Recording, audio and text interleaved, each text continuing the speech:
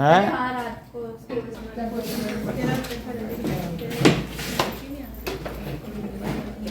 So at which place solidified ammonium chloride will be obtained? पूछा गया है कि अमोनियम क्लोराइड कहाँ पर मिलेगा। So it is obtained on inner walls of, ये हो गया 23rd देखिए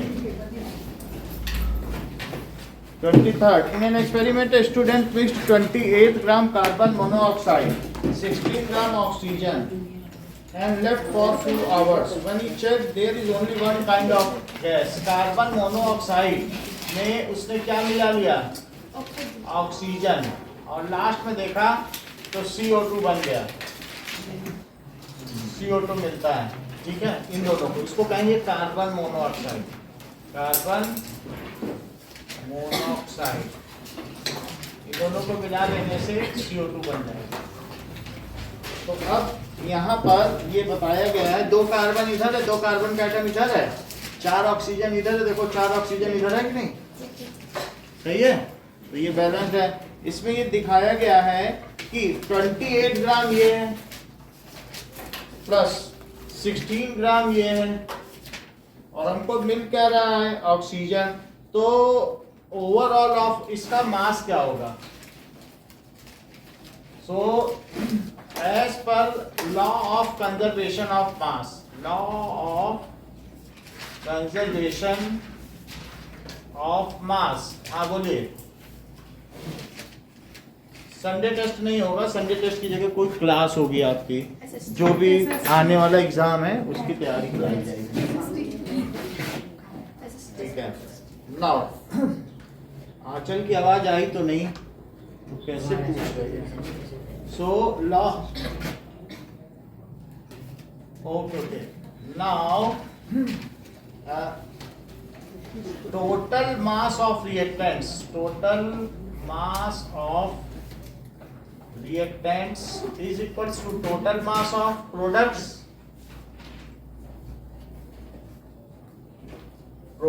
तो यहाँ पर देखेंगे कि मास किसका किसका लिया गया है, एक तो 28 ग्राम है और दूसरा क्या है 16 ग्राम। तो इसे कितना बन जाना चाहिए मास, तो मास किसका आएगा, प्रोडक्ट में क्या बना है, CO2 बना है क्या, तो बोलो कितना आ जाएगा, 44 ग्राम is equals to mass of CO2. Now Ramesh took 2 beakers A and B containing hot water and cold water respectively. So he dropped a crystal of copper sulfate. He kept the beakers undisturbed. After some time what does he observe? So उसमें crystallisation होगा, लेकिन crystallisation process आपके में deleted है। वैसे जो copper sulphate blue colour का है दूसरी रैक में 3rd नंबर पे, तो वो कॉपर सल्फेट है, वो हॉट वाटर में घुलता है और कोल्ड वाटर में नहीं घुलता। समझ में आया। तो ये क्या देखेगा वो थोड़े समय बाद कि वो क्रिस्टल में कन्वर्ट हो गया है। नहीं, कोल्ड में घुलेगा ही नहीं, कोल्ड में नहीं, हॉट वाटर में, क्रिस्टल बनेगा और कोल्ड में नहीं घुलेगा। 25th, so that is deleted, ये पोर्शन है deleted, ये not in syllabus। 25th देखिए, so find the displacement of body whose velocity time graph, क्या वेलोसिटी टाइम ग्राफ में जो एरिया अंडर ग्राफ होता है VT टाइम ग्राफ में, वो क्या बताता है, तो टोटल डिस्टेंस वो पूछ भी रहा है कि टोटल डिस्टेंस क्या होगी। अगर यहां से ये 2 है, ये 0 है, ये 2 है और ये 8 है, एंड दिस इज 10, तो 2 4 6 8 और 10 ऐसे दिया गया है। एंड इसकी हाइट कितनी है 5, और यहाँ पर 10 और 15 तो इस तरीके से है, मतलब फिर भी 10 तक की हाइट है ना। तो अब ये हमारे पास 3 ग्राफ हैं, 1 2 और 3 शेप है कि नहीं। So area under VT curve क्या होगा, area under BT curve, it is equals to total distance traveled. तो अब वो कौन कौन सा है? That is area 1 और प्लस area 2 और प्लस area 3, 3 एरिया लिए जाएंगे, वही तो टोटल डिस्टेंस ट्रेवल्ड होगी। लेकिन एरिया 1 में क्या लोगे? Half into base into height. So half into base into height, जबकि दूसरे में एल इंटू बी लोगे, क्योंकि ये रेक्टेंगल है। सेकंड फिगर क्या है? रेक्टेंगल। और थर्ड में फिर से क्या ले लोगे?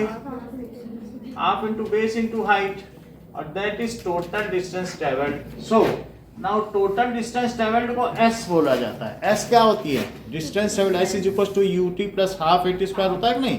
तो अब इन सब की वैल्यू देखो जरा। बेस इसका कितना है ध्रुव, और हाइट सही है, तो हाफ इंटू 2 इंटू 10। सेकेंड के केस में ध्रुव बेस बताइए और हाइट बताइए।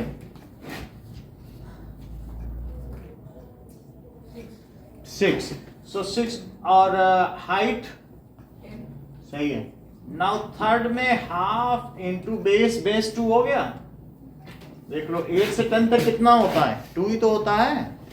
और हाइट कितनी हो गई? 10। तो 2 से ये 2 कट गया, इस 2 से ये 2 कट गया, एंड यहां बचा 10 प्लस 60 और प्लस 10। तो टोटल डिस्टेंस ट्रेवल्ड कितनी हो गई? 80 मीटर। नाउ अब जरा देखें 26th. An experiment is performed to find the relationship between a weight of rectangular wooden block lying on horizontal table and a minimum force required to just move it using a spring balance. अगर यहाँ एक लकड़ी का कुछ गुटका रखा है, लकड़ी के पीस, और स्प्रिंग बैलेंस से उठाया, तो वो एक एक्सपेरिमेंट कोई बच्चा कर रहा है, स्प्रिंग बैलेंस से उस लकड़ी को उठा रहा है। ठीक है, स्प्रिंग बैलेंस तो देखा हुआ है ना। तो what he will observe while performing the experiment. So किसी टेबल पर एक पीस रखा है वुडन, और somebody is trying to lift it. इस पर एक हुक लगा है और इसी में उसने स्प्रिंग बैलेंस लगा दिया और स्प्रिंग बैलेंस से उठाने की कोशिश कर रहा है। स्प्रिंग बैलेंस में इस तरीके की स्प्रिंग होती है और उसमें एक नीडल होती है जो अलग अलग चीज़ों को पॉइंट करती है। तो और उसके ऊपर क्या होता है? उठाने के लिए इससे लिफ्ट किया जाता है। तो अब ये जब ये स्प्रिंग है, ये कम होगी या ज़्यादा होगी? अपनी जगह से मूव करेगी, तो वो क्या देखेगा? नाउ द चाइल्ड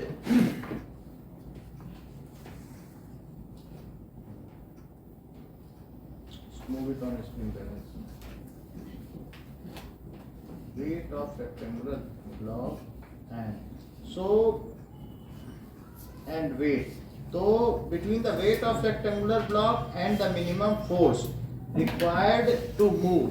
तो जो उसको फोर्स चाहिए, अगर इसका ज्यादा वेट होगा तो उसको ज्यादा फोर्स चाहिए, तो इनके बीच में डायरेक्ट रिलेशन होगा। Force required to lift a block is directly proportional to the weight. अगर वेट डबल कर दिया जाए तो उसको उठाने के लिए जो फोर्स होगा वो भी डबल हो जाएगा।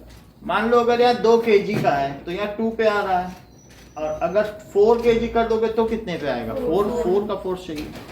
तो इसलिए force required to lift a weight is directly proportional to the weight. ठीक है, if weight increases then the required force also increases. यदि वेट बढ़ा दोगे तो ज्यादा फोर्स की आवश्यकता होगी कि नहीं? सो ये वो क्या देखेगा?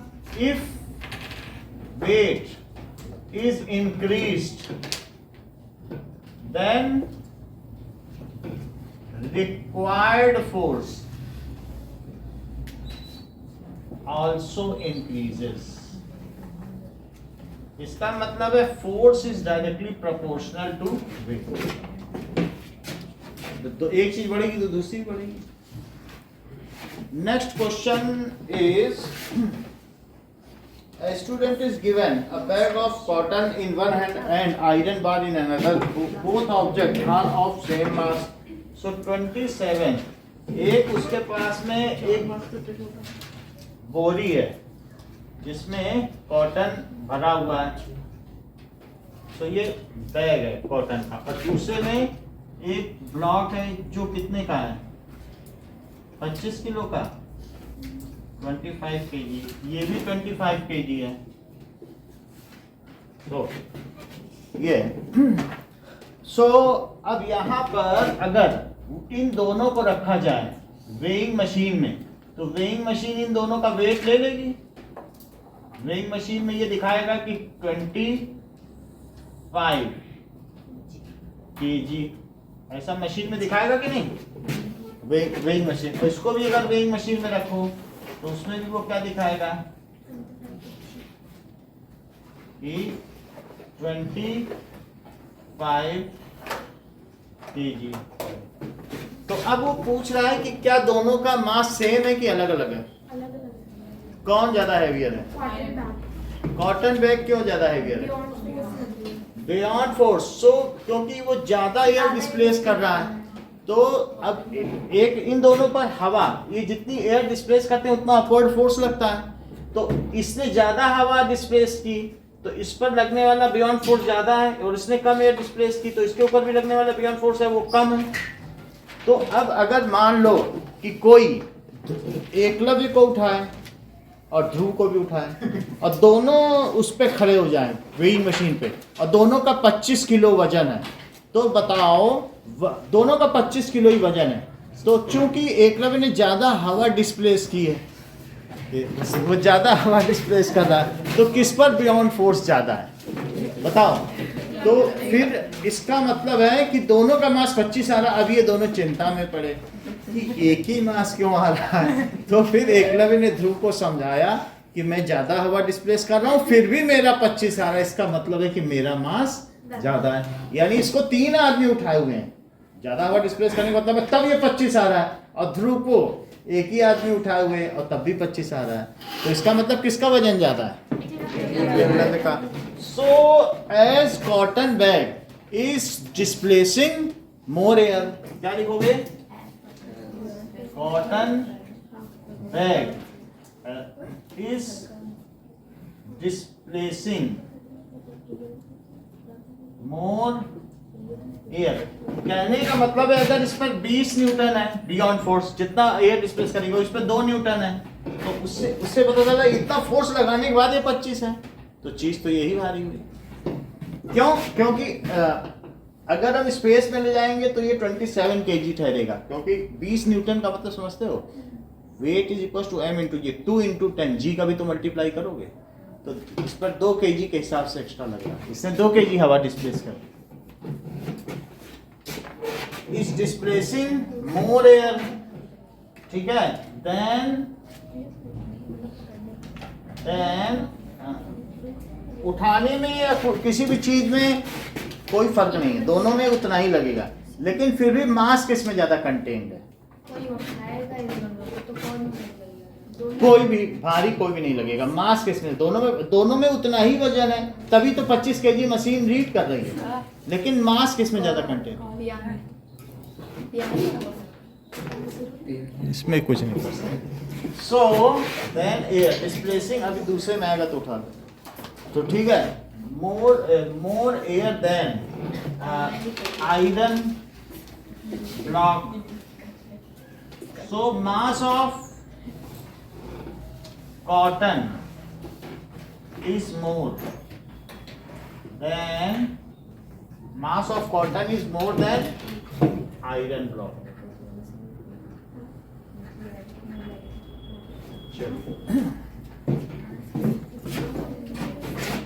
बाकी इसको अभी ग्रेविटेशन में फिर से देखेंगे, बियॉन्ड फोर्स एक बार और देखेंगे। चलो ग्रेविटेशन निकालिए,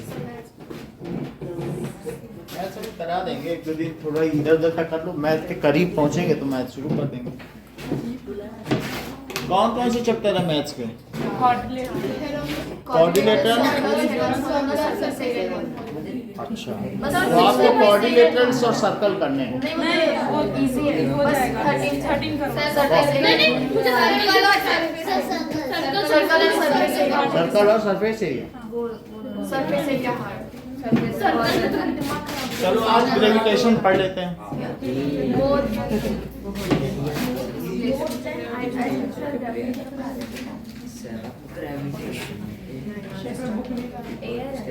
उसके लिए तो हमने लिख दिया था कि ग्रेविटेशन कराया जाएगा। Now,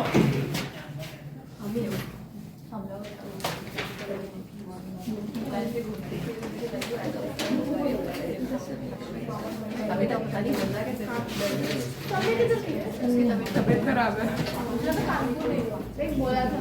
इसी से mummy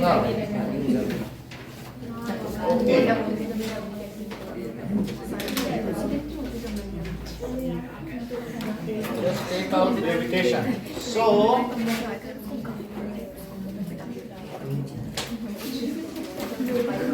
gravitation. Now, so any one mass in universe attracts any other mass in universe. ठीक है? With a force which is called gravitational force. So any one mass in universe attracts any other mass in universe which is called gravitational force. उसको gravitational force कहते हैं। So gravitational force की वजह से होता क्या क्या है, जैसे कि हम देख रहे हैं कि इंपॉर्टेंस इसका क्या है। सो इंपॉर्टेंस ऑफ ग्रेविटेशनल फोर्स, तो पहले उसके पहले देख लें यूनिवर्सल लॉ ऑफ ग्रेविटेशन क्या है। Universal law of gravitation, it was given by Isaac Newton.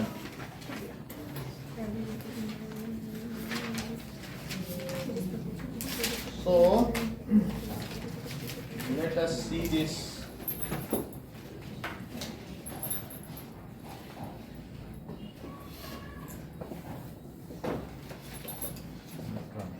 So now every object in universe, ये बात इन्होंने बताई कि मान लो दो मास हैं, छोटा बड़ा भी हो सकता है, तो m1 मास और m2 मास है, तो ये दोनों एक दूसरे पर सेंटर टू सेंटर डिस्टेंस ली जाएगी।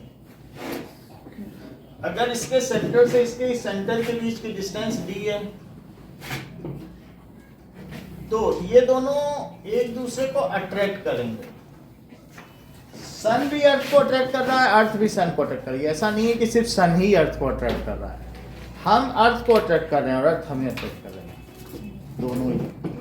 सो ये दोनों अट्रैक्ट कर रहे हैं, इसको फोर्स कहेंगे। चलो, दैट इज फोर्स।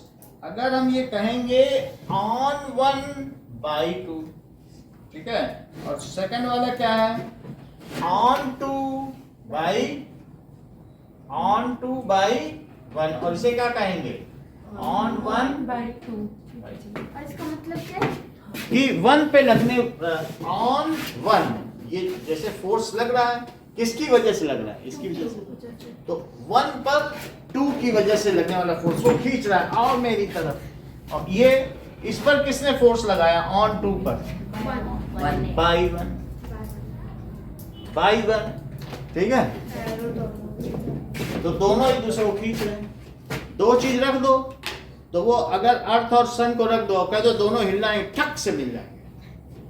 अगर सिर्फ कुछ न किया जाए, जितने ग्लोब में चीजें हैं सबसे कह दो रुक जाओ, ऐसा कोलिजन होगा, सब एक दूसरे की ओर बढ़ेंगे कि ब्लास्ट हो जाए, क्योंकि सब अट्रैक्ट करेंगे एक दूसरे को।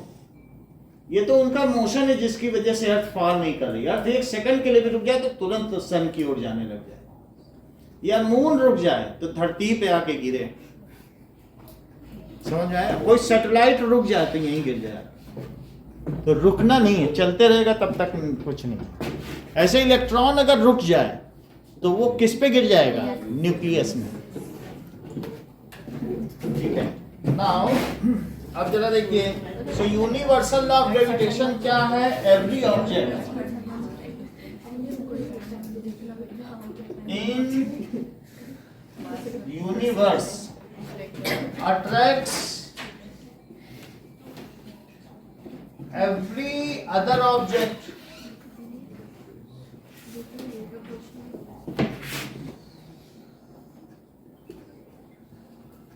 with a force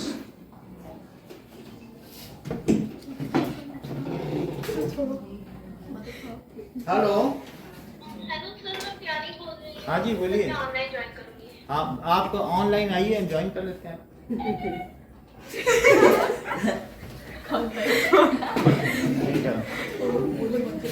Now,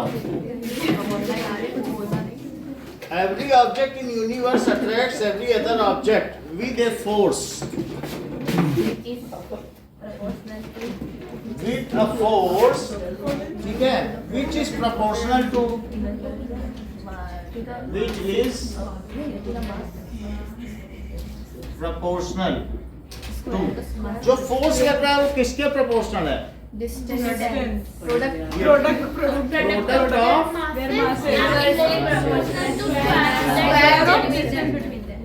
product of their masses. और दूसरी चीज क्या कही गई है? And inversely proportional.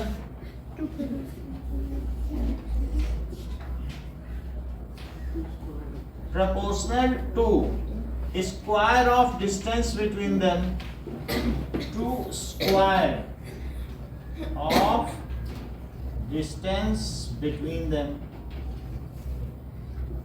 यानी यहाँ दो चीज कही गई। पहली चीज which is proportional to product of their masses। पहली बात कही गई है कि ये जो चीज है this is proportional to product of their masses। तो फोर्स जो लग रहा है वो किसके प्रोपोर्शनल है? Product of their masses. और दूसरी चीज क्या कही गई है? It is inversely proportional to square of distance between them. ये बात कही गई। तो अभिषेक, इसका मतलब बताओ, inversely proportional to square of distance, यानी डिस्टेंस बढ़ाई जाएगी तो क्या होगा? क्योंकि डिस्टेंस बढ़ा दो, ये अगर डिनोमिनेटर बढ़ा दो तो ये चीज कम नहीं हो जाएगी, और मास बढ़ाओगे तो फोर्स बढ़ जाएगा। तो इन दोनों को कंबाइन किया जाए, जितना बड़ा मास उतना ज्यादा फोर्स।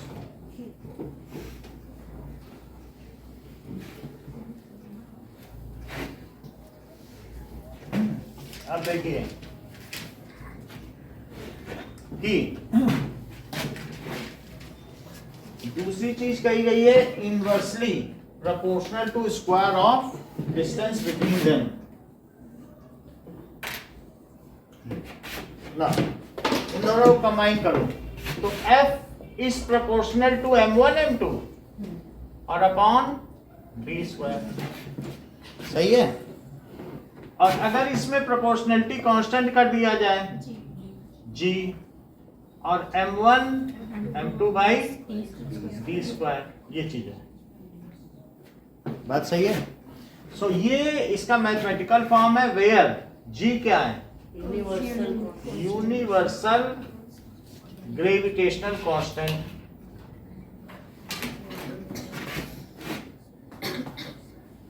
whose वैल्यू इज, उसकी वैल्यू क्या है? 1.67 है कि 667? बोलिए। 6 point 6.673 into 10 to the power -11। अब G के बारे में कर रहे हैं तो G को इधर ही रखो, F यहाँ रखो, D स्क्वायर ऊपर रखो और नीचे क्या रखो? M1 M2। तो बोलो इसकी यूनिट क्या होगी जी? कि इसकी क्या होती है? न्यूटन। इसकी क्या होती है? तो मीटर स्क्वायर। और इन दोनों की क्या होगी? केजी की पावर -2 क्योंकि जब ऊपर जाएगा। इतनी बात समझ आ गई? Newton metre square kg -2। अच्छा ये बताइए, दो ऑब्जेक्ट अगर हवा में रखे जाए तो उनके बीच में ग्रेविटेशनल पुल ज्यादा होगा कि पानी में डाल दिए जाए तो? हवा में।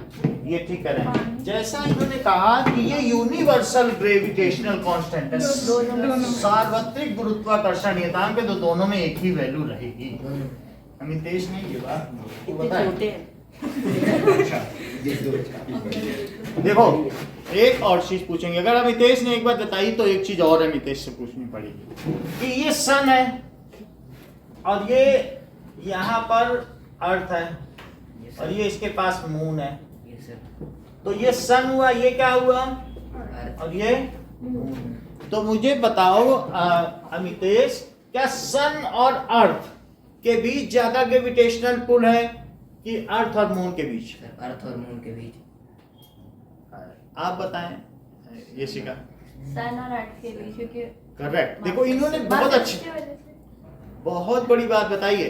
बोली है कि हमने तो मुंबई में रहा है, हमने देखा है जब टाइड्स आते हैं तो मून की वजह से ज्यादा आते हैं, वो करीब भी तो है। बहुत बड़ी बात बोली। बोले सन की वजह से तो इतने ऊंचे कभी टाइड नहीं देखे। सर यहाँ डिस्टेंस भी मैटर करती है। ये बात अमितेश चूक गए और इन्होंने पकड़ ली। बोला हमने देखा है खुद, जब रात को मून आता है तो पानी बढ़ जाता है, कितना अट्रैक्ट करता है। तो बहुत बड़ी बात है, चीज पकड़ी गई कि नहीं? सो किसके बीच में ज्यादा पुल है? बल्कि दोनों का मास कम है, लेकिन फिर भी यहाँ डिस्टेंस मैटर कर रही है। क्या है? डिस्टेंस की बात है कि नहीं? ये 3,84,000 किलोमीटर दूर है और वो 14,88,00,000 किलोमीटर। हमें कुछ नहीं याद है, ये सब हम आपको डेटा ही बताया, हमें क्या लेना देना याद करके। तो इसका मास कितना है सन का? 2 × 10⁻30 kg। और इसका मास कितना है बोलो? दैट इज 6 × 10⁻, ठीक है? इसका मास देखो इसमें से 24 है ना, यही है 24 kg। इससे 1 लाख गुना बड़ा है। और ये 1.67 देखो इससे 7.36 × 10⁻22 kg। ये बात सही है? तो अब ये चीज हो गई। और इनके बीच की डिस्टेंस क्या है? 14,88,00,000 किलोमीटर। जो ना समझ में चाहे तो 1.5 × 10⁹ किलोमीटर, ये मीटर में आ जाएगा। अब जरा देखो इनके बीच की डिस्टेंस कितनी है? 3,84,000 किलोमीटर, दैट इज 3.84 और इंटू 10⁻, ठीक है? तो कितना हो जाएगा? 3,84,000 10⁵ और 3, इसको 8 लिखो, इसको और देखेंगे। 3 लाख से 300 लाख और फिर 3040, सो 1.5। इसको देखें जरा, 1.5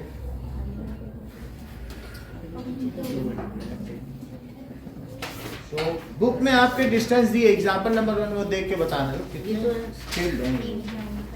सन और अर्थ का दिया है,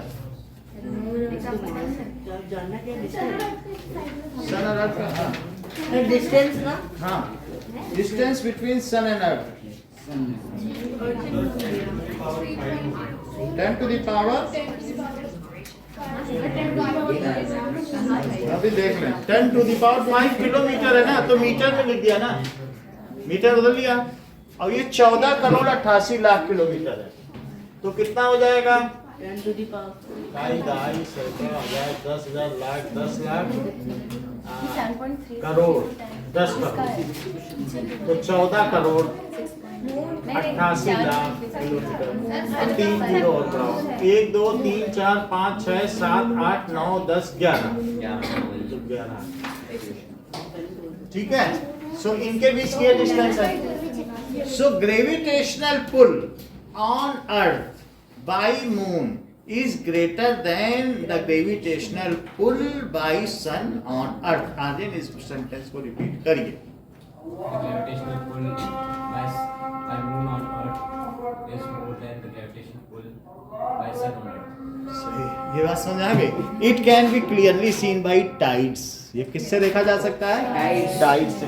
स्टेटमेंट ही नहीं आई sir. Gravitational pull on earth by moon. Moon भी खींच रहा है ना पानी को, और सन भी खींच रहा है। कौन ज्यादा खींच रहा है? मून। हाँ, सो ये सब डिस्टेंस की वजह से भी है। तो ग्रेविटेशनल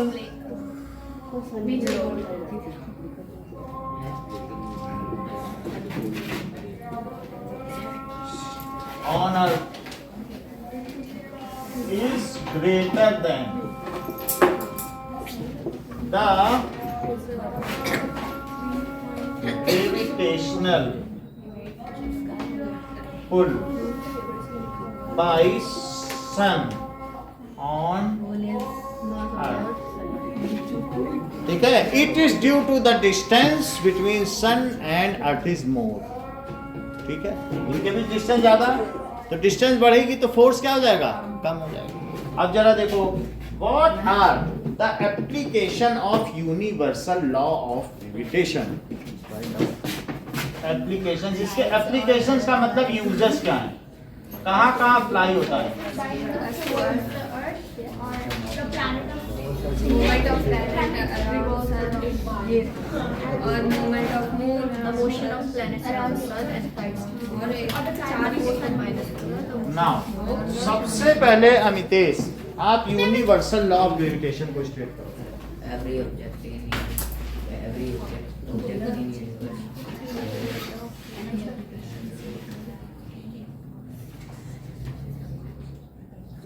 आप बोलो।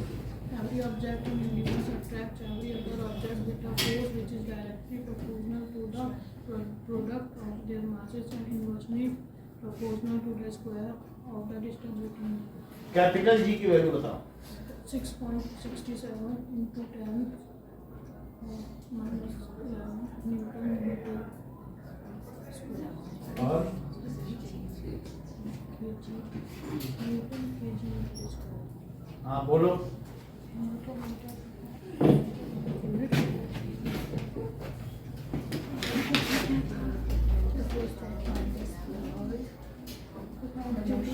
यही करेक्ट है। नाउ आप बताएं कि कैपिटल जी की वैल्यू क्या है?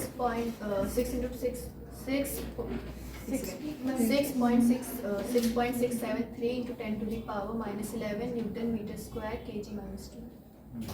ठीक है। So now there are various users. The force which binds us to earth, पहली चीज है the force which binds us to earth,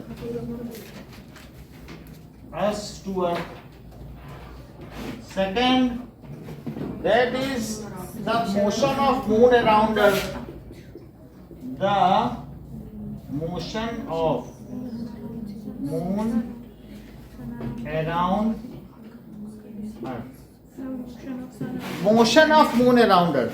moon earth के चारों तरफ क्यों घूम रहा है? क्योंकि अर्थ उसे क्या कर रही है? खींच रही है। अर्थ मून से कितने गुना भारी है? बोलो। 6 times हर चीज जानते हो। 1/6 हाँ बोलो बोलो पियानी। 1/6 ये सही है। ये देखो, सबसे पहले ध्रुव ने पकड़ा, ये तुरंत यहाँ देखे ये 24 है और ये 22 है, कह दिया 100 गुना। यहाँ से पकड़ लिया, मतलब डेटा खंगाल नहीं है। इतने बड़े ये साइंटिस्ट है भैया। कह रहे हैं इसमें सर 2 जीरो ज्यादा है, इसके मास में तो 100 गुना भारी अगर रेशो निकाला जाए। अब प्रॉब्लम बताओ, ये बताओ कि सन अर्थ से कितने गुना भारी है? बोलो बोलो। ये बहुत अच्छा बता रहे हैं सन ने कि 10 लाख गुना। कितना जानते हैं? वहां देख लिया उन्होंने 24 या 30, बोला 10 to the power 6 गुना, क्योंकि 10 to the power 5 में 1 लाख होता है, और तो 10 to the power 6 बोले 10 लाख हुआ। अब मतलब ये 1 मिलियन, उन्होंने 1 मिलियन बोला था, एक्चुअली हम मिस इंटरप्रेट किए, तो 1 मिलियन टाइम्स हेवियर है।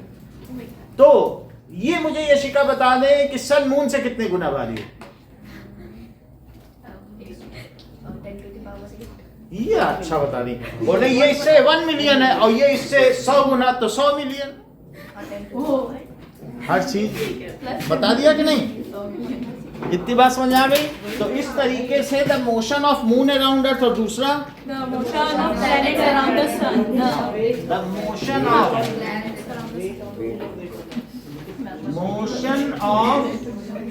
Planets Tides due to moon and around sun, और चौथी चीज क्या है? tides due to moon and sun.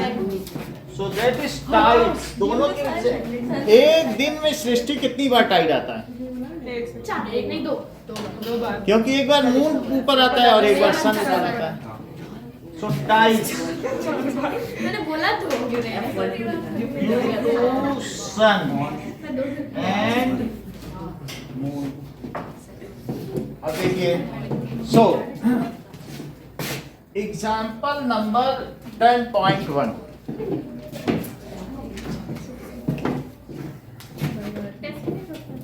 अभी लेंगे, थोड़ा एग्जाम्पल कराना पड़ेगा। सब एक साथ लेंगे। परसों हुए थे टेस्ट और कल भी कुछ है। अभी ये चेक हो रहा है, पहले आज 10th का होने वाला है। एक्चुअली इनकी क्लास हो रही है 10th की, इनका टेस्ट होने एग्जाम हो रहा है ना, एक्स्ट्रा क्लास में भी आ जा सर रहा है। हमारी भी सुबह रख लो एक्स्ट्रा क्लास। हाँ. एक्स्ट्रा क्लास एग्जाम आ रहा है. सर घर में भी बेलने पड़ेगा। कल सुबह बुला रहे हैं। हाँ, बुला लो. हम तो तैयार हैं। मत आना. हमें सर हम भी तैयार हैं। शाम दोनों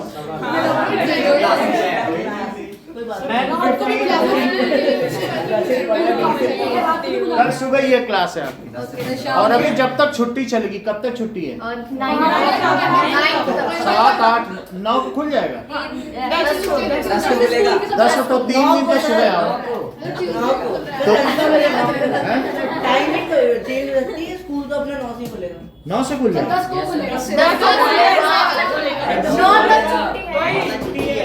लेकिन अबे ये 9 को मंडे है। 9 को मंडे है। अरे आप 11 को संडे है। ये टाइमिंग नोट करो, ये सुबह कल रहेगा। कल याद है एसएसटी अब शुरू कर देंगे, ग्रेविटेशन बरोबर है। हैं? अरे सर मिटा के नहीं कल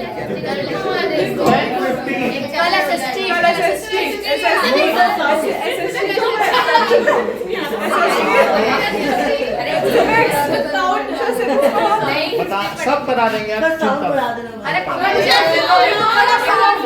अभी आपने ये लिख दिया उसके बाद ये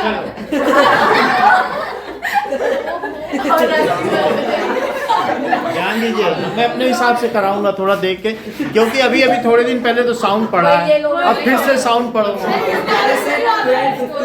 15 क्या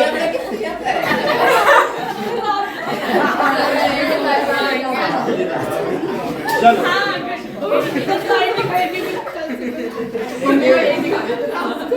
मास of sun is this and mass of moon is this. तो मास ऑफ अर्थ दिया, तो ये अर्थ है और ये मून हो गया। सो अर्थ का 6 × 10⁻24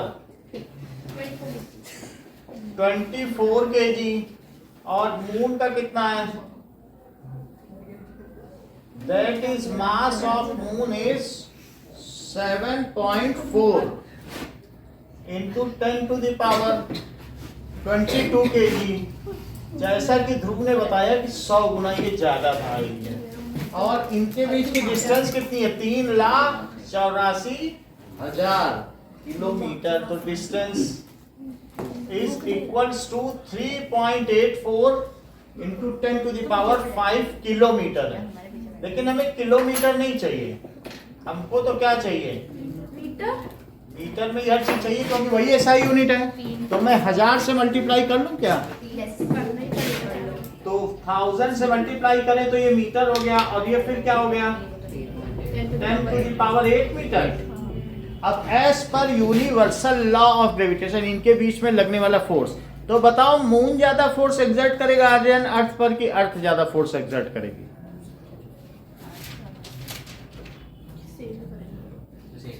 same because these are abided by Newton's third law of motion. तो हम अर्थ पे ज्यादा फोर्स एक्सर्ट कर रहे हैं कि अर्थ हम पे सेम कर रहा है, तो क्योंकि दोनों का मास इंक्लूड है तो दोनों की सहभागिता है, ठीक है कि नहीं।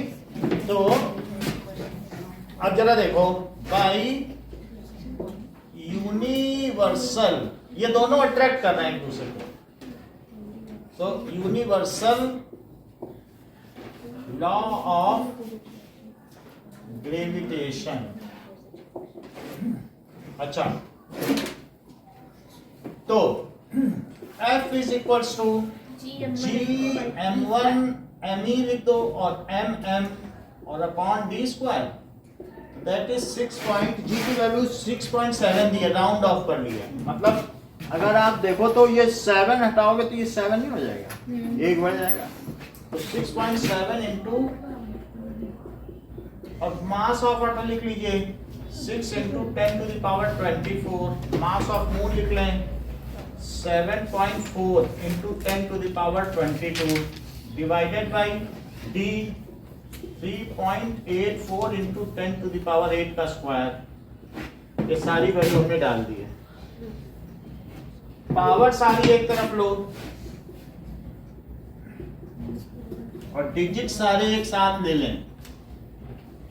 3.84 इंटू 3.84 और into 10 to the power -11 plus 24 plus 22 और नीचे 10 टू द पावर 8 दो बार आएगा, 10 to the power 8 into 10 to the power 8। भाई जब इसमें दो बार इंटू किया तो इसमें भी तो करना पड़ेगा, तो 10 to the power 8 into 10 to the power 8। So ये चीज हो गई। अब देखिए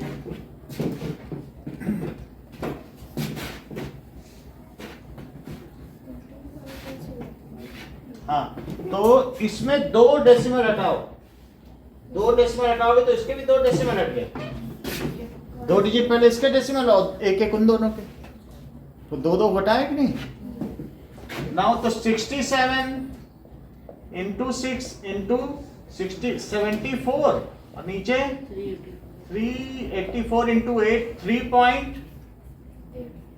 3.84 है, तो 3.84 और ऊपर अभी कितना हो गया, इन सबको जोड़िए 22 प्लस 24 कितना हुआ 46 और 46 में 11 माइनस करो 35, तो 10 टू द पावर 35 और नीचे कितना आया 16 भी ऊपर जाएगा। अब देखो 6 से इसको काटो, बोलो 6 जा और 6 4 जा 64। अब इन दोनों को काटो 2 से, ये 32 हुआ तो ये 37 हुआ क्या, ठीक है, इतनी बात हो गई। अब इन दोनों को मल्टीप्लाई करो और इन दोनों को मल्टीप्लाई करो, तो और इसका अलग चलता रहेगा। 10 टू द पावर बोलो 35 माइनस 16 कितना हुआ, 9। ठीक है, इसको मल्टीप्लाई करते हैं। 67 में किसका करो, 7 7 जा 49 और 7 6 जा तो 46, 3 से करो 3 7 जा 21 और 3 6 जा 18, तो 20 हो गया।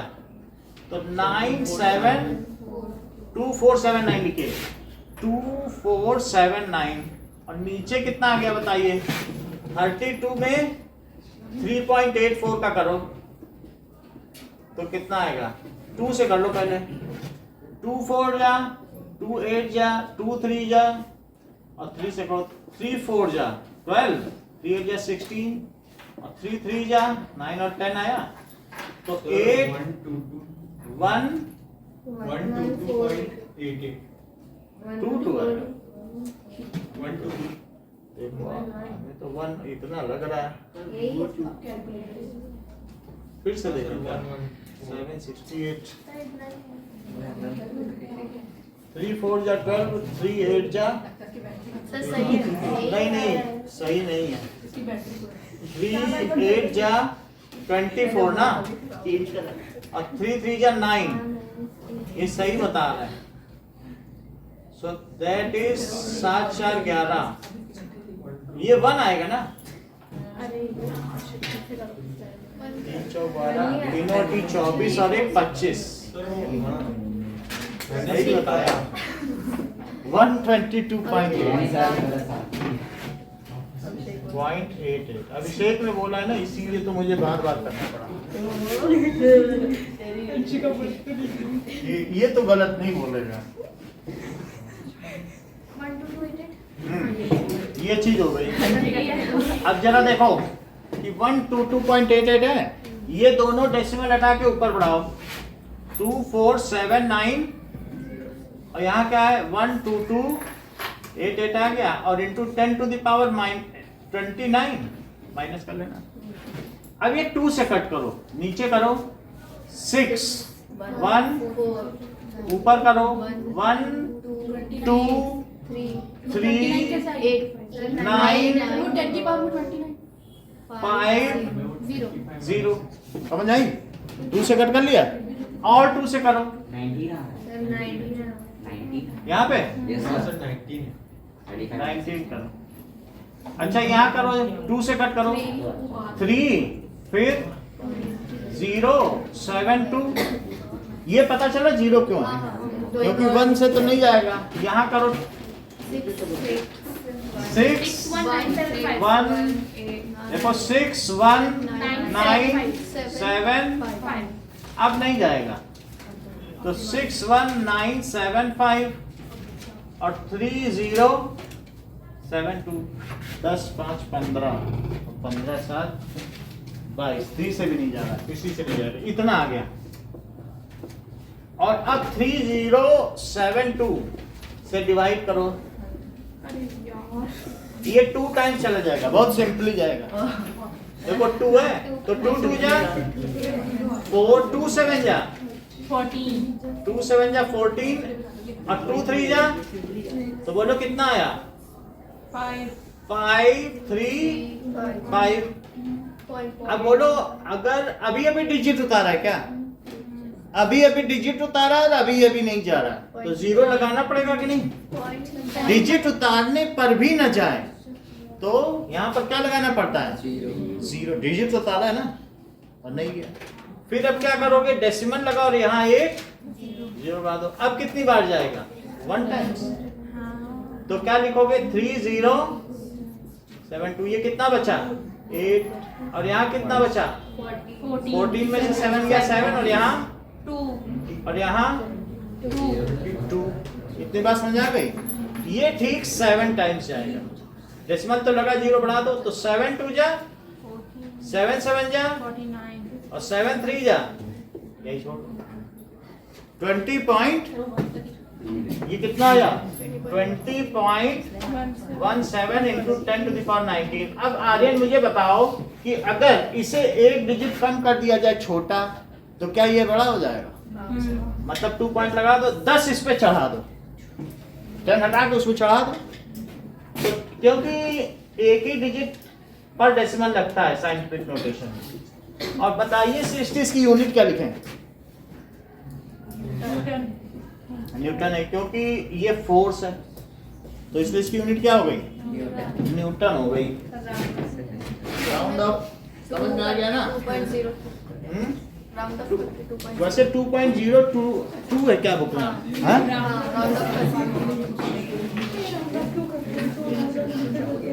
Into 10 to the power 20 Newton, और यहाँ लिख लो अप्रॉक्स। नाउ इसी क्वेश्चन को करके दिखाइए।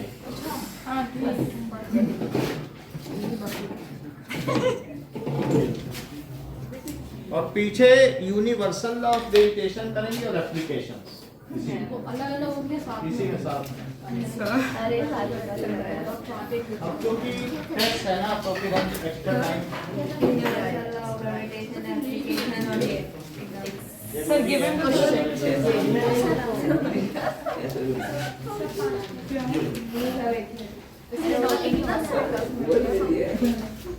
क्या ये फॉर्मूला वाला भी करना है क्या?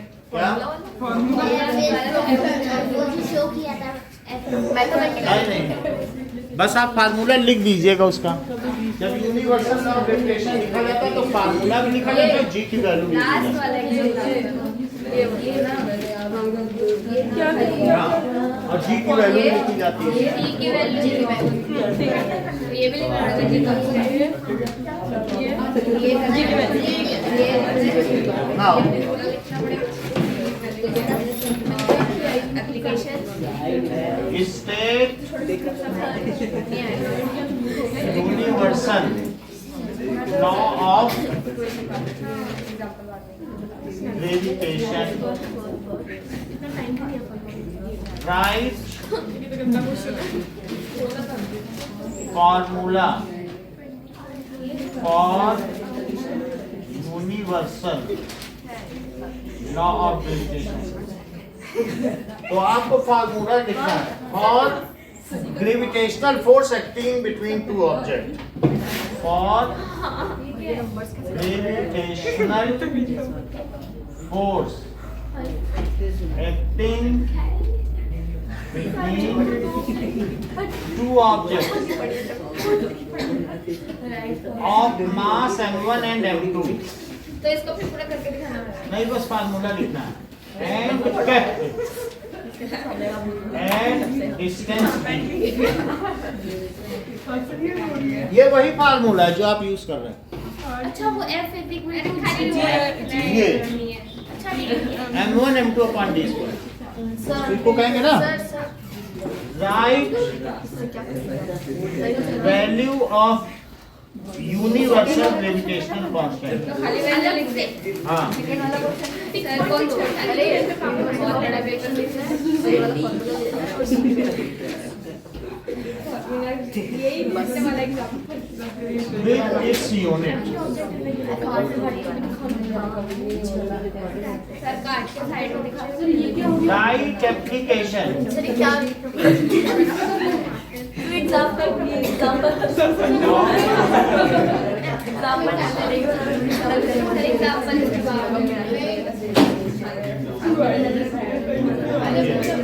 और ये फिफ्थ क्वेश्चन है। एक सेकंड फर्स्ट राइट इतने छोटा पेपर इतना बड़ा पढ़ दिया आपने बहुत बड़ा है ये सब कुछ नहीं, फार्मूला ही formula.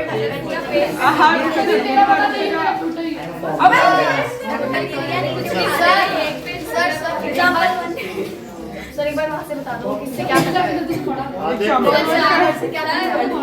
Keep silence, keep silence.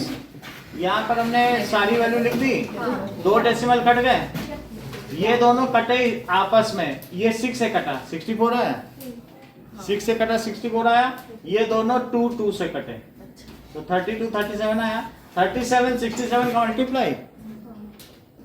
अब देखो नीचे किसका 3.84 का किससे मल्टीप्लाई 32 से। अगर पॉइंट यहां से हटा दिया जाए तो ऊपर क्या बने 2 0, 2 बार 2 से काटो, एक बार काटो और एक बार और काटो, फिर डिवाइड करो, 20 टाइम जाएगा 20.01 जाएगा। क्योंकि यहाँ एक डिजिट उतारा इसीलिए 0 लगाया। फिर इसके बाद आप उसको एक यहाँ पर डेसिमल शिफ्ट करना है तो उधर बढ़ जाएगा। जब एक चीज कम करोगे तो दूसरी तरफ बढ़ जाएगा। काटा कुटी और साइड में रखना हाँ, मतलब दिखाना ही पड़ेगा। थोड़ा बहुत तो दिखा दीजिएगा इंटरेस्ट। हाँ, चलिए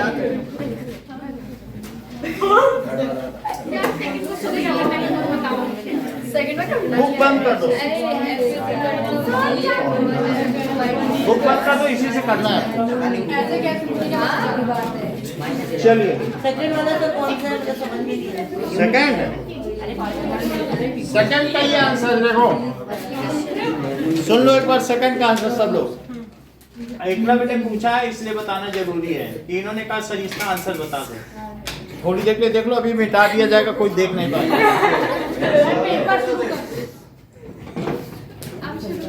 हाँ।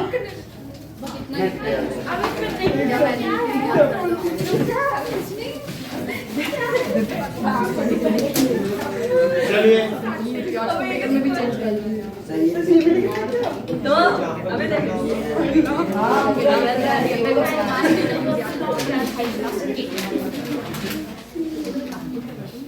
स्टार्ट कर दो। ये पेपर में Now,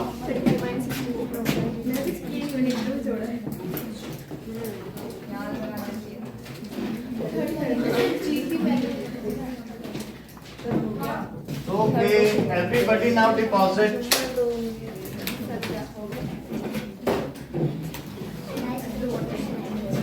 Now, अगला क्वेश्चन देखिए, और किसका रहेगा? एकलव्य जमा किया?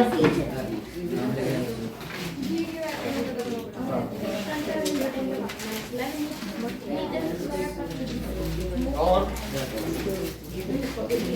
जमा करो।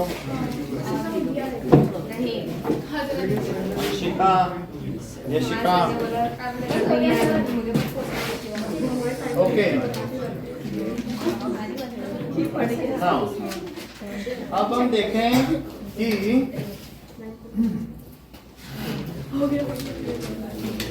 वैल्यू फ्री फॉल क्या होता है। सबसे पहले ये देखो, ठीक है। और interest question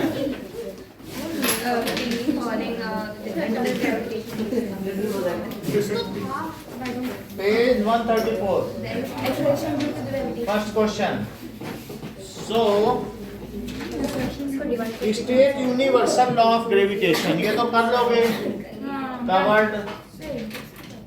Second, that is write the formula to find magnitude of gravitational force between Earth and an object. तो एक अर्थ है और एक ऑब्जेक्ट है, उसका m मास है और इसका me, तो इनके बीच में जो फोर्स लगेगा अर्थ की ओर वो क्या रहेगा? G m e into m और अपॉन, ठीक है। अब आप बिटवीन अर्थ है ना, तो आप RE स्क्वायर लिख लो, क्योंकि जो इसका रेडियस है वही दिया जाएगा। हाँ, समझ में आ गई बात? बोलो।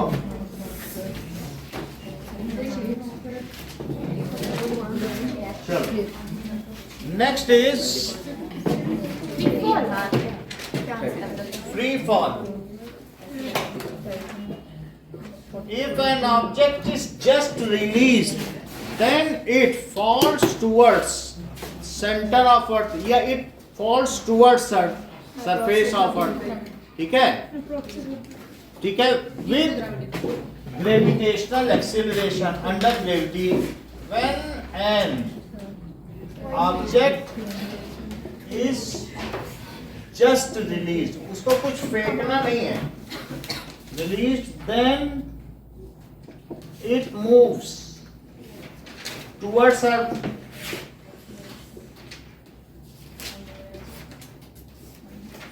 Under gravity, this is called free fall. Gravitational acceleration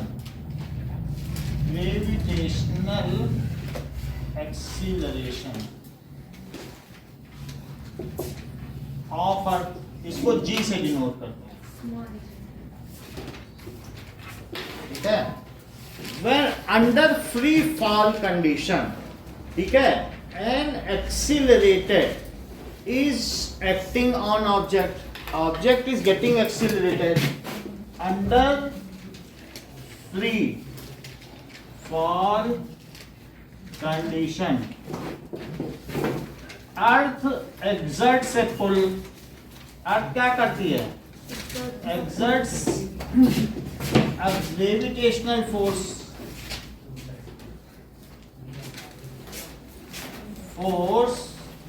on falling object, जो फॉल कर रहा है उस पर एक फोर्स लगाएगी, falling object. So it accelerates. जब फोर्स लगाया जाता है तो क्या एक्सीलरेशन होता है? तो फोर्स लगाने पर एक्सीलरेशन होगा, क्यों? क्योंकि फोर्स किसके इक्वल होता है? ma. तो जब फोर्स लगाएगा तो एक्सीलरेशन भी होगा. So it accelerates towards earth.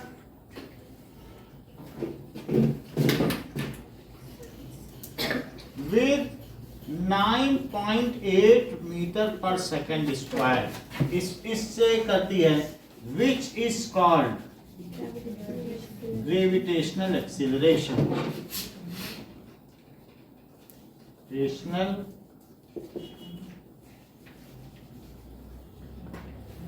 अब जरा देखो, क्वेश्चन पूछा जा रहा है calculate gravitational acceleration of earth. क्या पूछा जा रहा है?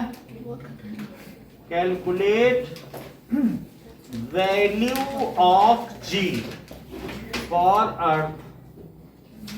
अब ये देखो, ये अर्थ है और इस पर एक ऑब्जेक्ट है, इसका मास है में एकलव्य अर्थ का मास कितना होता है? 10 to the power 24 kg। और अर्थ का रेडियस कितना होता है? देखो 6400 किलोमीटर या 6.4 into 10 to the power 6 metre. आप ये भी कह सकते हो 6400 किलोमीटर ये अर्थ का रेडियस है। अच्छा, अगर आप इसे अर्थ का रेडियस कहते हो, ये याद करना ज्यादा आसान है, तो इसे क्या आप 6.4 into 10 to the power 3 kilometre कह सकते हो? क्योंकि 3 डिजिट पहले डेसिमल है और मीटर में बदलो तो 3 जीरो और लगा दिया, तो यही लिखा है नहीं।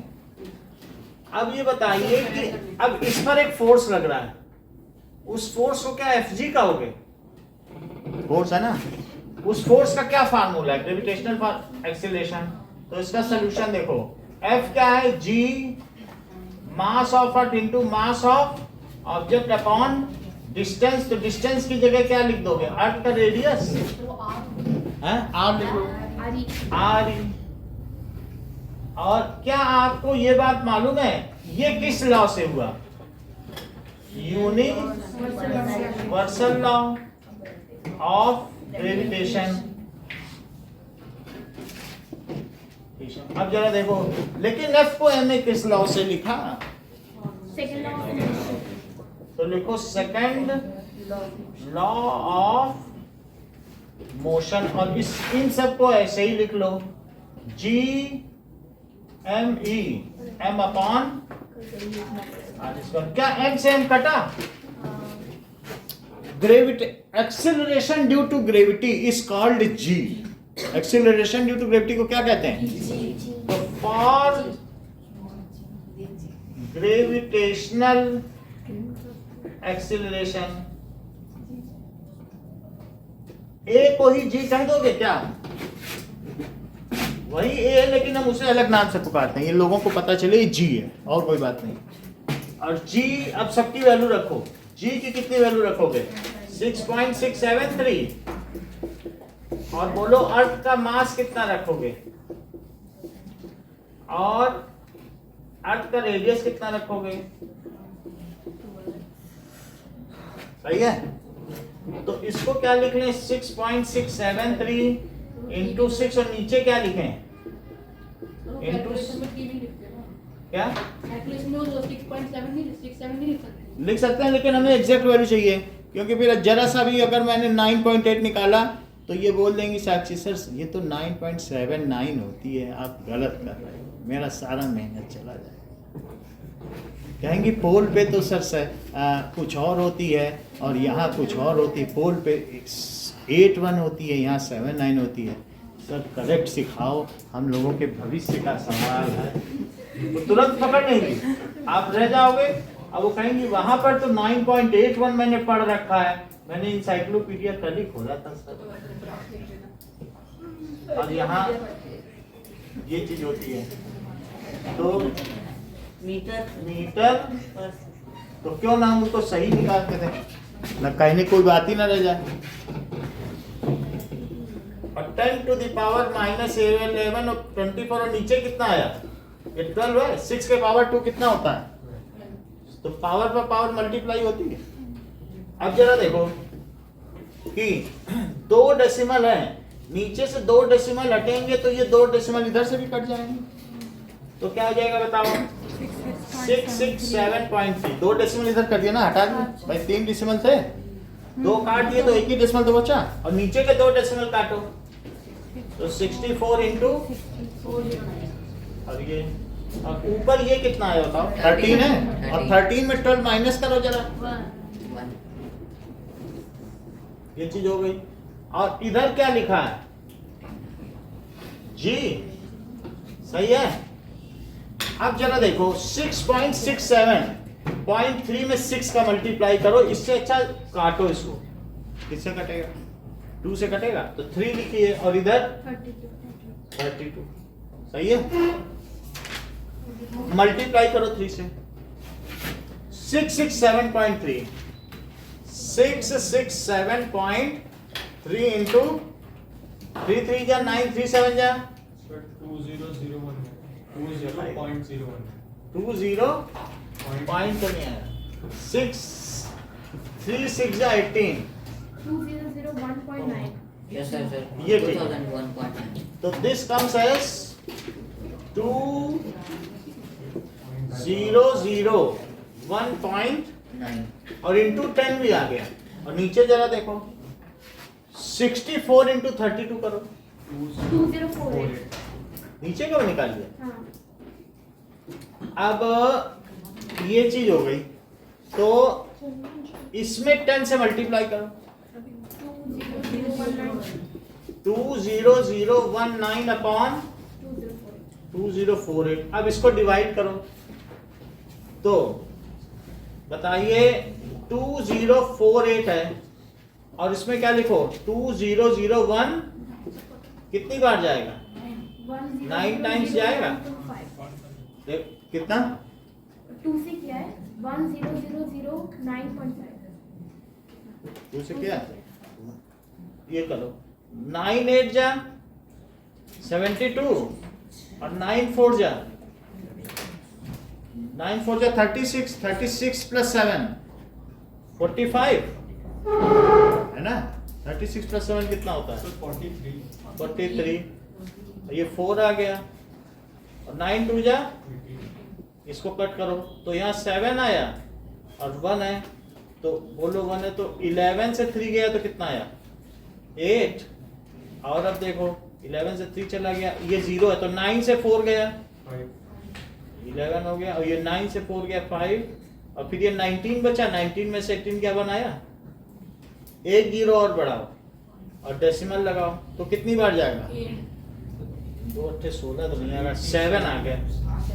7 8 जा 7 8 जा 56, और 7 4 जा 28 में 5 जोड़ो 33, और 7 2 जा 14, तो कितना बच गया?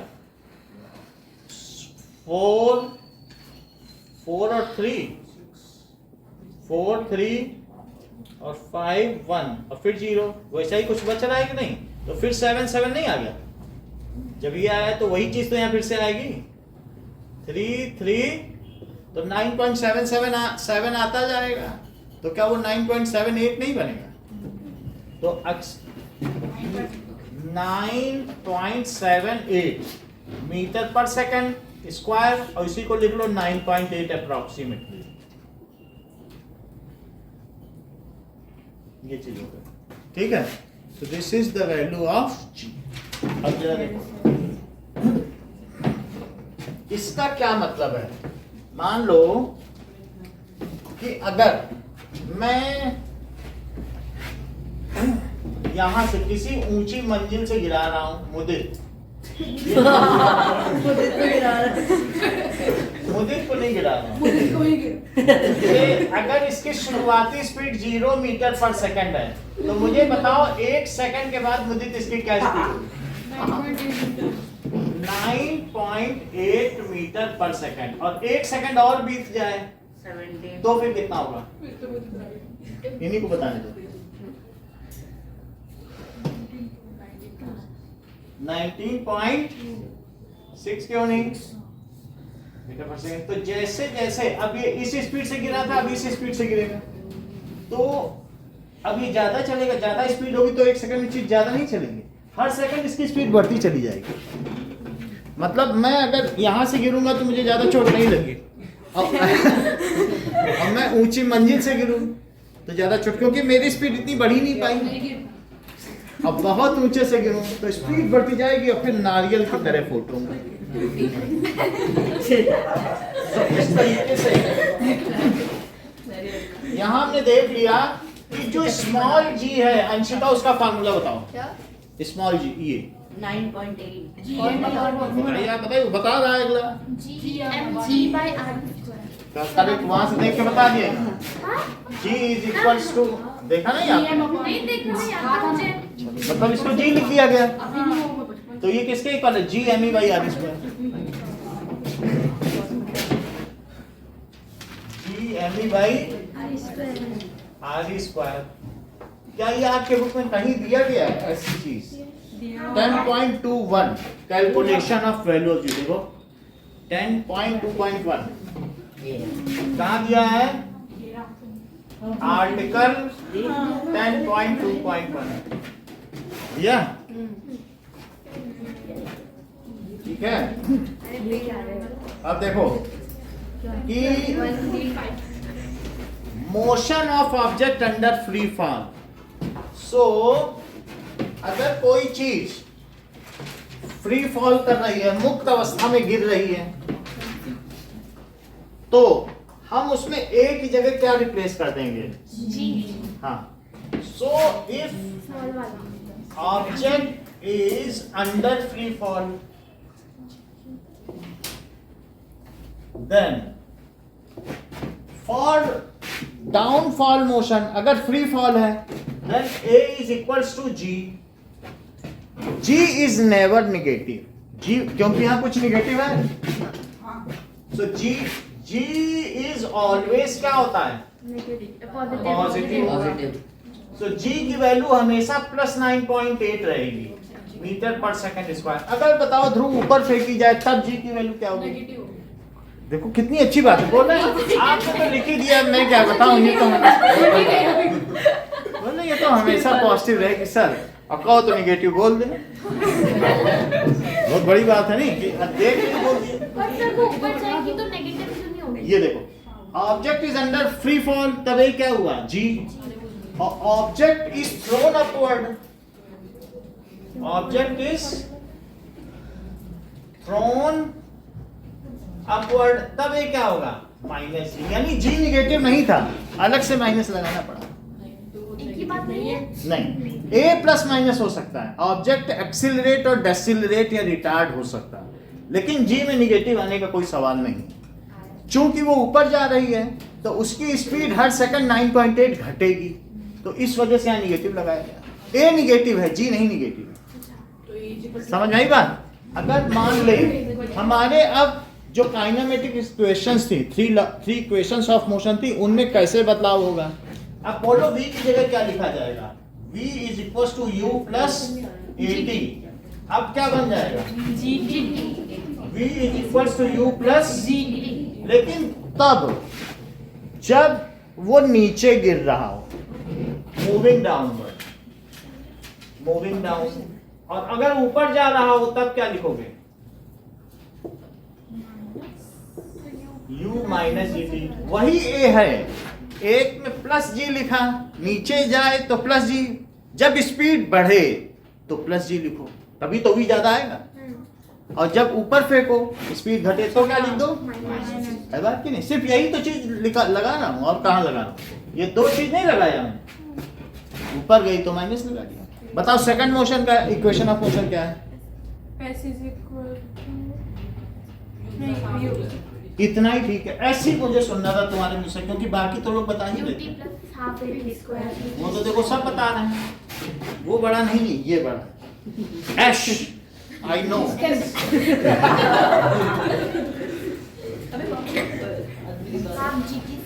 और यहाँ क्या होगा?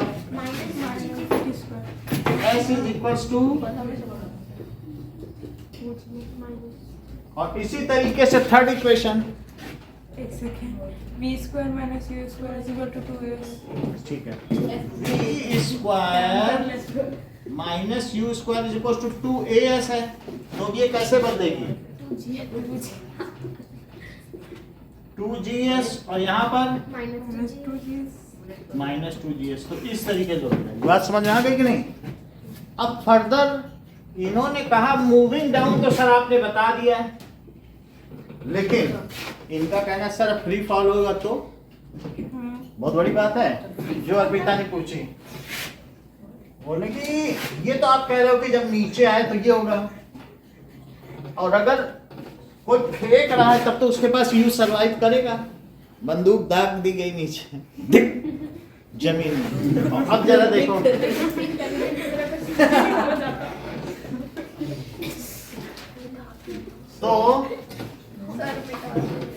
तो अब बताइए फ्री फॉल में क्या होगा? फ्री फॉल में क्या u 0 हो जाएगा? बोलो। ये देखो इन्होंने बोला, यहाँ से देख के बोला होगा, नहीं तो कैसे इतना बता पाती? तो u 0 तो v क्या हुआ? gt, और s क्या हुआ? Half gt square. इसी में रख रहा हूँ u 0, और इसमें भी रख दो जरा, v square is equal to, बाकी ये सब बहानेबाजी है, ये याद रखो। और ये तो टाइम पास करने वाली चीज है, क्यों? ये बेकार ही की चीज है। हम तो इसी को यूज करेंगे, और जब देखेंगे नीचे जा रही है तो प्लस जी रख देंगे, और ऊपर जा रही है, क्योंकि 10 फार्मूले याद करने से अच्छा एक याद रखो और एक कॉन्सेप्ट याद रखो कि नीचे में प्लस जी, ऊपर में माइनस जी। इससे ज्यादा कुछ नहीं याद करना, 3 तो याद रहते ही।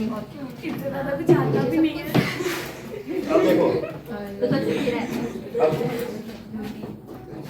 now example 10.2.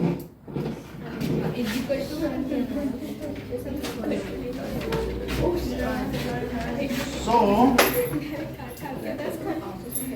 कल मॉर्निंग का टाइम यानी 10:15 है। मैं वैसे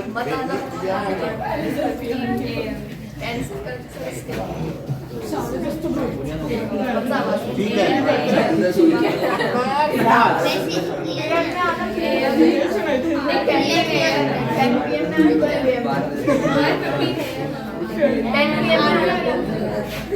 देखो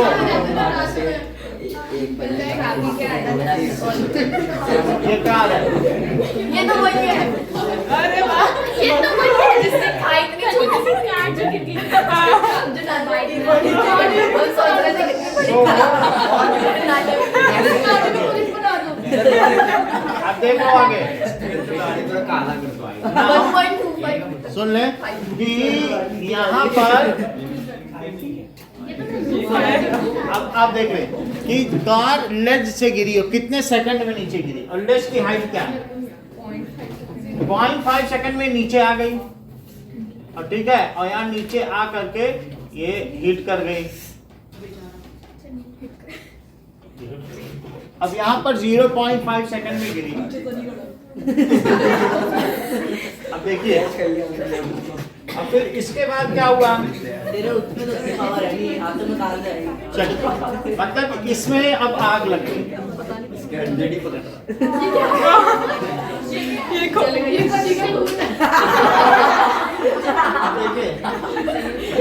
जी कितना है? 10 मीटर पर सेकंड स्क्वायर, और यू कितना है? 0 मीटर पर सेकंड। अब ये सारी चीजें रखो एस में। सबसे पहली चीज क्या पूछी गई है? What is the speed on striking the ground? First law लगाओ। So for free fall v is equal to u plus 80। तो आप 80 की जगह क्या कर लो? gt लिख लो, क्योंकि a is equal two plus g रखोगे कि नहीं? तो बताओ u कितना है, और g कितना है, और t कितना है? तो बताइए v कितना हुआ? 5 मीटर पर सेकंड भी तो लिखोगे, स्पीड है। सेकंड देखिए आगे क्या पूछा गया है? Average speed during. Average speed का विषय क्या फार्मूला होता है? ये सही है, बहुत बड़ी बात है। मतलब इन्होंने एवरेज स्पीड बता दिया u प्लस v/2। तो 0 प्लस 5/, तो 2.5 मीटर पर सेकंड। अब अगला देखो, तीसरा डिस्टेंस ट्रेवल। तो s क्या होता है? ut और प्लस हाफ gt स्क्वायर, क्योंकि नीचे गिर रही है तो एक की जगह क्या लिखा जाएगा? u 0 है क्या? और t कितना है? हाफ इंटू 10 और 0.5 का स्क्वायर। सनी 0.5 का स्क्वायर क्या होता है? ये सही है, ऐसा रहना चाहिए, नहीं तो फिर सभी लोग 0.5 सभी बोल हंसने का नहीं, फिर वो कभी राइज नहीं कर पाएगा, उसको भी तो बढ़ने का मौका दो। ठीक है सर कुछ नहीं आपने बताएगा आज गलत बताएगा, कल हो सकता है सही भी बता दे। कल क्या मैं टॉप पीछे तो राजस्थान मोटिवेट किया ये देखो, अच्छा 5 से मल्टीप्लाई कर दिया। सनी बताओ आंसर। क्या सर? 5 से किसको? और बाद में नीचे 1.25 5.2। अरे ये सही है। और आपके पास सही बताया ना वो देख 1.25 सर 1.25। हाँ 1. इतनी सी खाई थी समझ में आया? नेक्स्ट देखिए 10.3। मर भी गया सर इतनी से खाई थी जो गाड़ी में गिर गई चल के सर मर भी गया।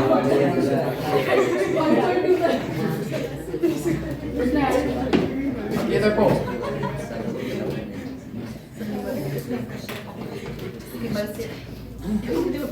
one object is thrown vertically upward and it rises a height of 10 meter। अगर नीचे से ऊपर फेंका जाए और ये शुरू में इसकी स्पीड कुछ दिए कि नहीं? नहीं, u दिए, और ये कहां तक पहुंचता है? जो कि 0 है 10 मीटर, और ये v तो 0 हो ही जाएगा। तो खाई था अब देखो 10 मीटर तक राइज कर रहा है, तो पहले बताओ कि किस स्पीड से ये फेंका गया। तो यहाँ पर जो फर्स्ट पार्ट पूछा गया है, with which speed it is throne, तो ये मुझे बताइए ए को क्या रखूं, क्या माइनस जी? तो बताइए v is equals to u plus a t, लेकिन वो नहीं लगा सकते, टाइम मिल गया है। v स्क्वायर लगाओ। वैसे तो इसे 2as लिखना चाहिए, a की जगह माइनस जी लिख दो और h लिख दो। s और h में कोई अंतर नहीं, h लिखना ज्यादा ठीक रहेगा। यहाँ भी बल्कि h ही कर दो, हाइट है ना, h लिखना ठीक रहेगा। ये सब h करो, वो तो कर ठीक है, यहाँ और कहीं तो नहीं लिखा। चलो अब इसमें वैल्यू रखो, v कितना होगा बताओ हाईएस्ट पॉइंट पे। जब ये बॉल यहाँ पहुंचेगी तो इसकी कितनी स्पीड रह जाएगी? अब तो लौटना है ना इसको, ऊपर जाने पे 0 होगी तभी तो लौटेगी। तो 0 माइनस u नहीं पता, और इसकी जगह -10 के 9.8 बोला गया। क्वेश्चन में जो लिखा हो 9.8 लिखा, मैंने 10 डाल दिया 10 में फिर नहीं बनता है। अब ये देखो माइनस u स्क्वायर क्या है? -19.6, जैसा कि मुदित ने बोला था कि इसका डबल ही होता है। तो अब h क्या हुआ? h भी दिया है क्या? h 10 है, तो 10 से मल्टीप्लाई करो 196। 196 का रूट क्या होता है? और ये प्लस माइनस है, रिजेक्टिंग नेगेटिव साइन, और 14 का जोड़ा बन रहा है तो 14 बाहर निकाल लो, मीटर पर सेकंड। अब ये देखो, ये पूछा जा रहा है कितना टाइम लेगी वहां तक पहुंचने में हाईएस्ट पॉइंट पर। तो टाइम के लिए क्या करें?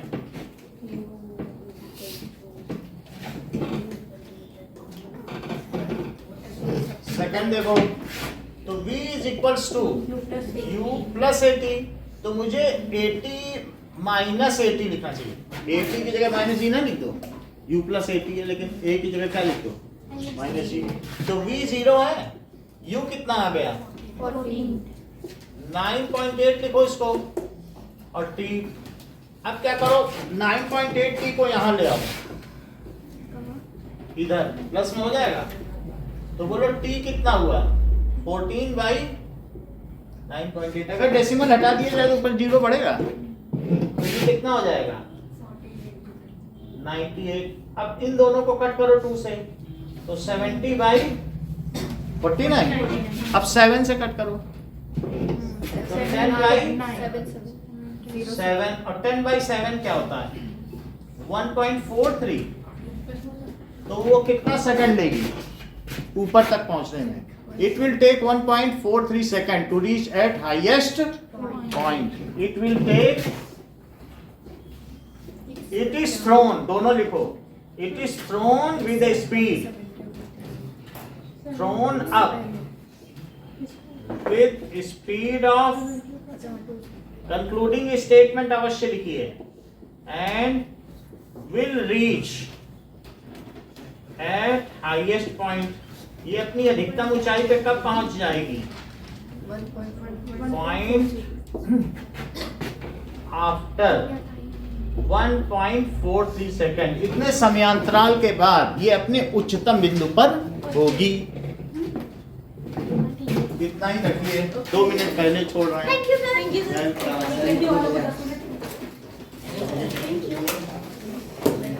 Thank you.